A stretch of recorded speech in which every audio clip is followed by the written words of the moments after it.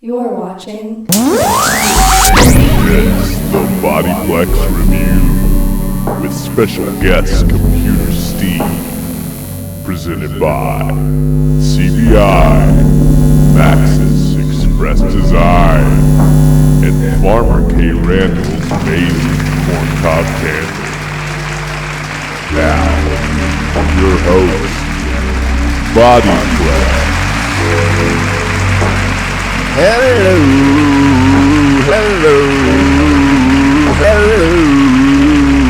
and welcome to CBTV and the Bodyplex Review, presented by CBI, Maxis Express Designs, and Farmer K. Randall's amazing corncob candles. CBI is Company Businesses, Inc. Your company is our business. Become a CBI investment branch patron today at patreon.com/companybusinesses and visit cbi.business for all your company businesses needs. I'm your host, Bodyplex, and dropping down on the satellite feed, we have the one and only Computer Steve. What's going out there? I've been listening to this Neil Young band. You ever check this stuff out? I heard the name tossed around a little bit. Well, you know what I think, Steve? Neil Young, more like real old. So here at the Bodyplex Review, the format is simple. One audio review, one video review. Today on audio, we have Delaware Dan and the Temple of Marketing with Marketing Jingles and Beats Volume 2, which released May 21st of this year. And over on video, the 2002 Jennifer Lopez Dram-Com classic, Made in Manhattan. Now we have listened, we have watched, and now we'll give our reviews out of 10. Add those totals together and divide that total in half to get our official, unbiased, CBI-approved rating for each piece. The goal here is to review everything, not just anything. Now if you have any suggestions or if you'd like to submit to be featured in the CBTV Bodyplex Review, please reach out at our general email with subject CBTV to companybusinessesinc@gmail.com.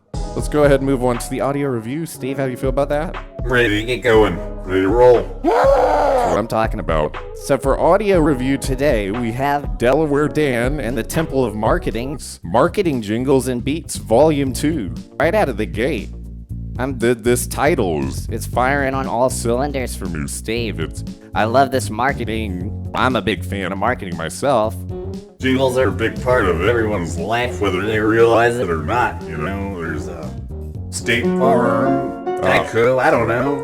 Everybody has a good jingle. I love the Bluebell, classic Bluebell jingle. There's more than just ice cream in the carton of Bluebell.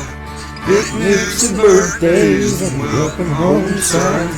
Over 100 years of fun childhood memories. Barefoot spring morning and a summer sunrise. One taste that you can't help but wonder how Bluebell gets so many good things in a carton that's alright. Oh, that's all right there, Dan. That's kind of the gold standard of jingles, if you really think about it. Absolutely, Steve. I couldn't agree with you more. Also involving beats in there. And I was interested to go look back and see if there's Volume 1, but I couldn't really find anything there. But I did appreciate, and one of my shining gems for the album, I did appreciate this introduction, this narrative introduction by Delaware Dan. He's got a soothing voice, and it's kind of, I could see Delaware Dan doing audiobooks. I'm getting into The Hobbit right now. I wouldn't mind hearing Delaware Dan reading The Hobbit or Hobbit 2. That's a fantastic idea. He's going off telling us what we're in for, and I don't know, maybe that's Volume 1. It's just the introduction in itself. And I love a good introduction. I love a good skit. But I will say, one of my stinkers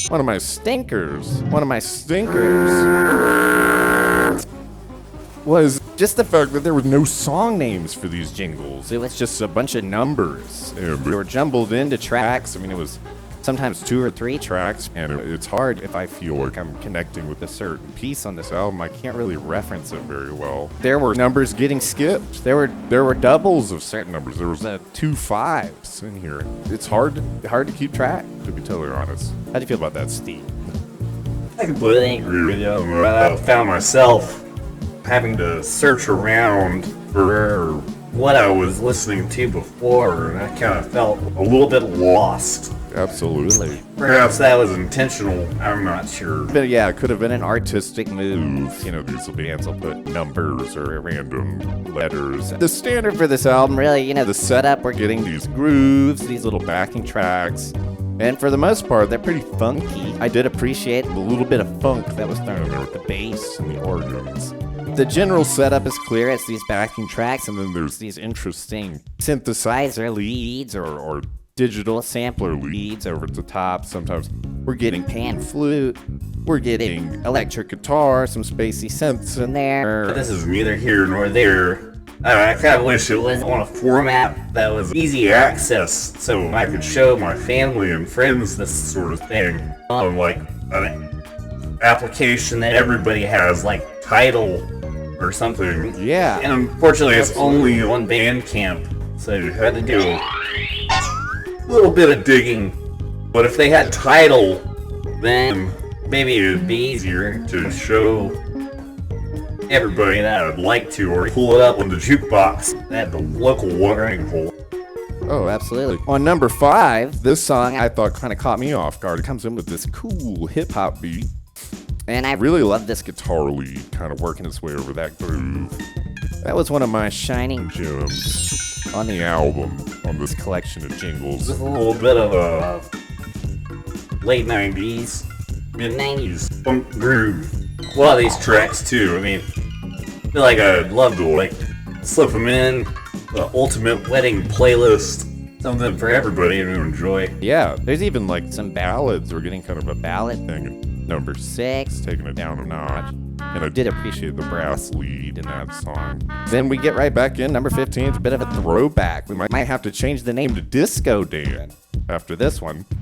Getting that great 4 on the floor beat. Like Steve said, a little bit of something for everybody. We've got something for the disco thing. And it wraps up pretty nicely with the outro. After these sets of jingles, we get this great outro, which is the end, is the bookend of the album. We get a little bit more Delaware Dan narration, and then we get this 40-minute feature, which includes Dr. David 2, and Delaware Dan seems to be a podcast snippet here, but over some really lush synth strings, bells, spacey pads, bringing back that pan flute I love.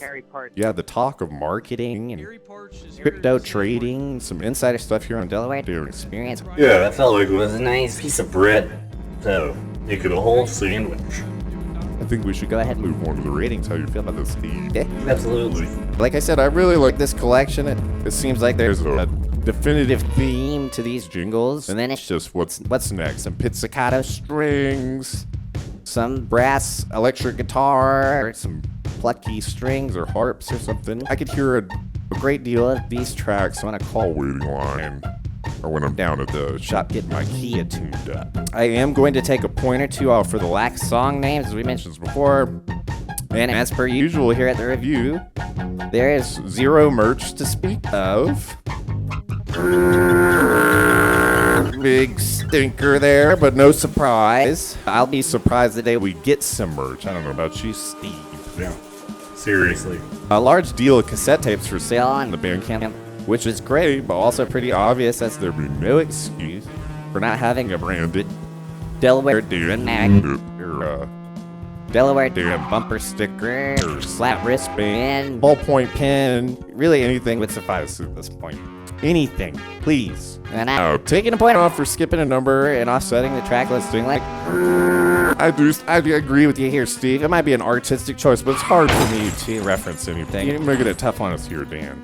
I'm gonna give it a sturdy 7.5 on my end. Definitely some shining gems. How'd you feel about it on your end, Steve? I thoroughly enjoyed this one. I feel like I'm definitely going to take a little bit off. Like I said, ease of access just wasn't there with like how I can listen to it and share it, you know? I want to put it on a playlist so I can bring it into work in the morning and it'll start saying TGIM. Thank God it's Monday. So looking at that, I'm going to go ahead and give it an 8.5. So Steve's giving it an 8.5. On my end, I'm going to give it a 7.5. The official, unbiased CBI approved rating of Delaware Dan and the Temple of Marketing Jingles and Beats Volume 2 is an 8 out of 10. Give it up for Delaware Dan and everybody working over there at the Temple. Really great, really enjoyed that album. I'd love to hear another volume. That's just me. Yeah, bring it on. So we're going to go ahead and cut to a commercial break. We'll be right back with our video review of Maid in Manhattan. Company Businesses Incorporated is proud to present Dormir, Night Driver, out now on all major streaming platforms. Following up the 2020 CBI split with Colo Hack, Dormir brings us 10 tracks of smooth lo-fi down-tempo instrumental beats wrapped in a signature haze. Music for the ages. Streaming now.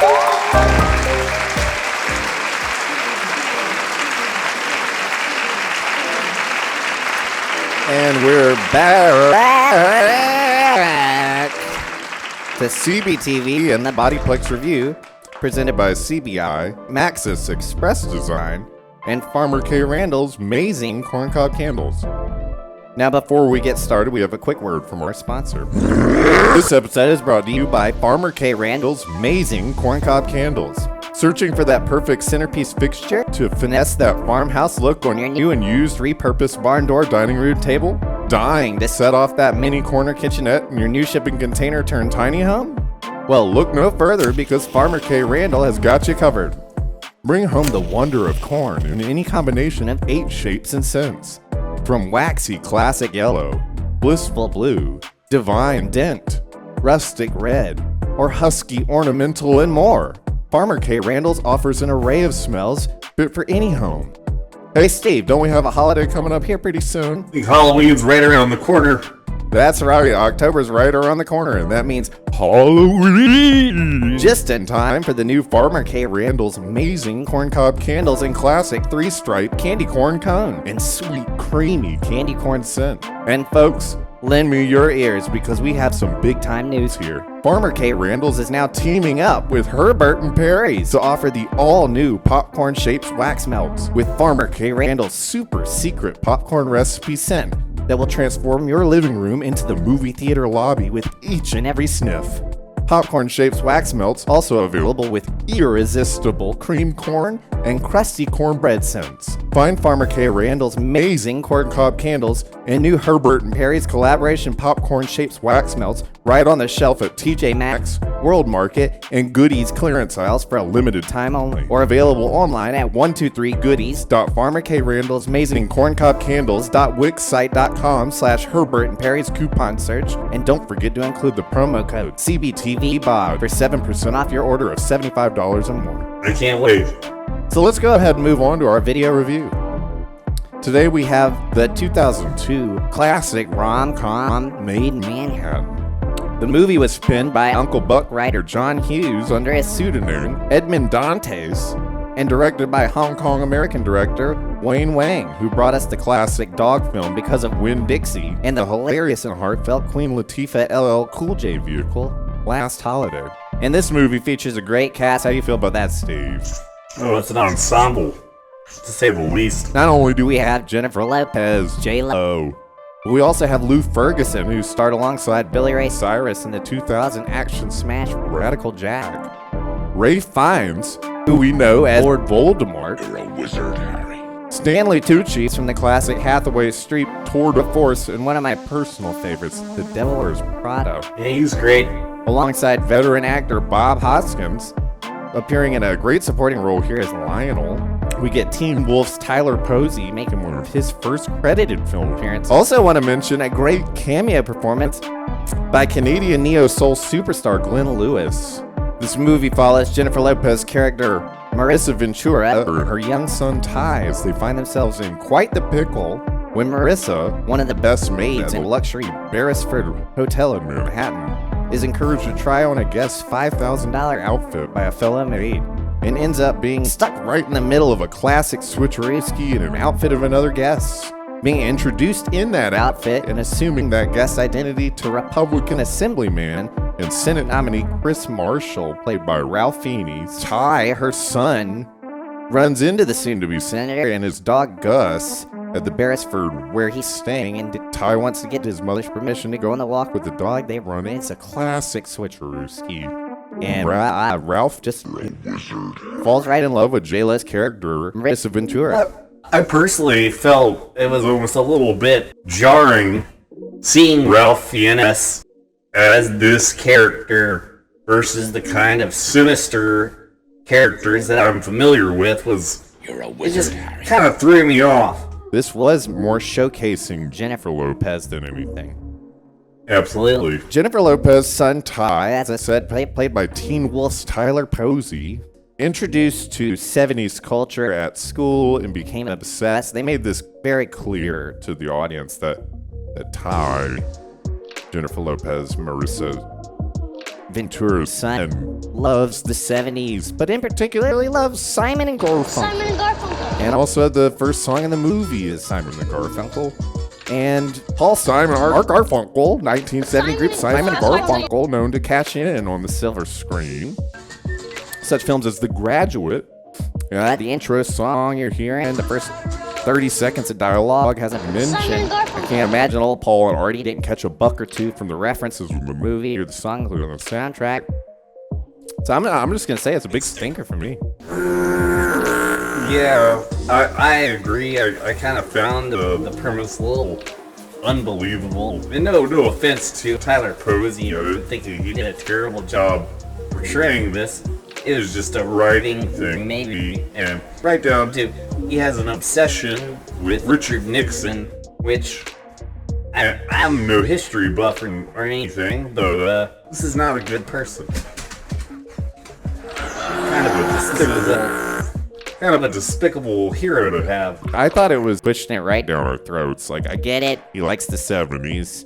Even to the point where Marissa Ventura is complaining about it. I wish she'd move on to another decade. I'm waiting for him to discover another decade. Like, I mean, really, who cares if somebody's interested in a couple different topics? They like staring at Simon and Garfunkel. The kid's like 8 years old. And I just wanted to point out a shining gem for me, which is this great orchestral score throughout the film. I really appreciated this Made Manhattan theme that was going on here with these great acoustic guitar leads. Composer powerhouse Alan Silvestri, responsible for scoring classic films such as The Croods, The Polar Express, Stuart Little, just to name a few. Also a native of Manhattan, perhaps channeling the sounds of the city here. Just some heavyweight titles. There's this overarching plot line of Jennifer Lopez, Marissa Ventura becoming the manager of the Beresford Hotel. She's apprehensive, but then she's a shoo-in for the role. A very considerate and supportive cast of characters at the hotel. Didn't seem like an evil corporate sort of identity that you see in a lot of these kinds of movies where they're saying, no, we couldn't have a person like you be a manager. They were very uplifting and giving, supportive of the opportunity. Receptive of the idea of a maid becoming the manager of this seemingly luxury hotel spot in Manhattan. Yeah, like I said, this cast of characters, I just want to point out my precious rose for the film, which was Security Chief Keith. Security personnel Keith loved the giant wall of TVs behind Keith. The all-seeing eye, really, at the Beresford. All the gadgets, joysticks, buttons in the control center. Yeah, the background characters, I think, in a lot of ways anchored this film down. The other maids that she worked with were almost cartoon-like in their mannerisms. I thought it was hilarious. And then the emotional weight carried by Lionel is definitely my shining gem. Precious Rose, even. This is an absolute professional. He is kind of in a different league than the rest of these actors at the time. He's kind of a mentor. He's the main butler in the hotel and is kind of a guide that helps Jennifer Lopez steer through all the troubles that she's encountering. Getting her prepped to become manager because you have to have butler credentials, and they pretty much just streamlined her process and put her in the care of Lionel. to take care of her. That's Lionel, played by John Hopkins. Another shining gem for me, and this guy's just for Wayne Wang. He's got a good eye for great pup performances. With this performance of Gus, the dog in this movie, it was really great. I thought that dog was very cute. I'm not sure what the breed was. It looked like maybe a boxer or a mastiff or something. I'm not a dog head. One thing that kind of threw me off, Stanley Tucci's character, who kind of is I'm used to seeing him as more of a stand-up character, and this one he's kind of a comic relief, high-strung, annoying character, to say the least. And I didn't really like seeing that. That's going to be a stinker for me. But I like Stanley Tucci. Big Tucci head. And I didn't really care for the way that the movie wraps up with newspaper headlines summarizing what everybody is going through. I couldn't agree more, Steve. That was a huge stinker for me, to be totally honest. That ending, those really wacky magazine cover mock-ups, you might as well just throw the text on the screen and say, Ralph Feeney became a senator, and Ty made a great speech. But let's go ahead and move on to the reviews. How you say about that, Steve? Really good. See how many corn dogs we have. All in all, I really enjoyed this film. I'm gonna give it a 6. Pretty good. I found it a lot more enjoyable than I thought it was going to be going into it. Like I said, I'm gonna take off points because it just felt like it ramped up and rushed 3/4 of the way in, and I felt like there was more story. I'm gonna give it a 6.5. That's not a bad movie by any means. Will I recommend it? I'm not sure, but if I was having an off day, maybe I'd watch it again. And I don't mind a good JLO movie every now and then. Anaconda. The Cell. The style classic. A little different. A little spooky. But hey, you're ready for Halloween, Steve. I gotta get my corn candles. So our official, unbiased, CBI-approved rating of Made Manhattan is a 6.25 out of 10.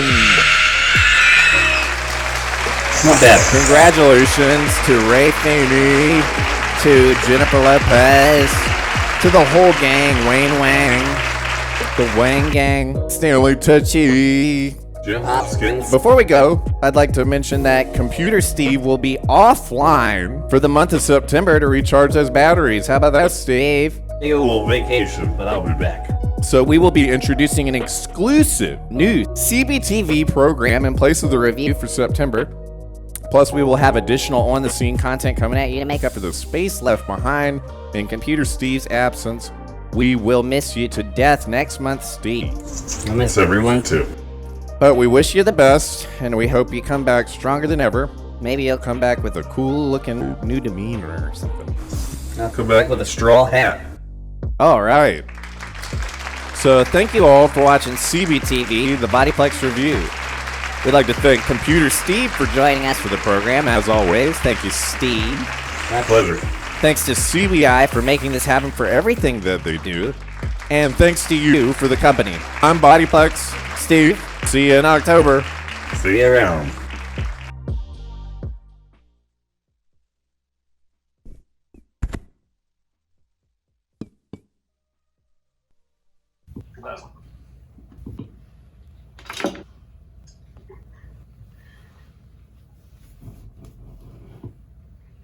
Hey, I like that.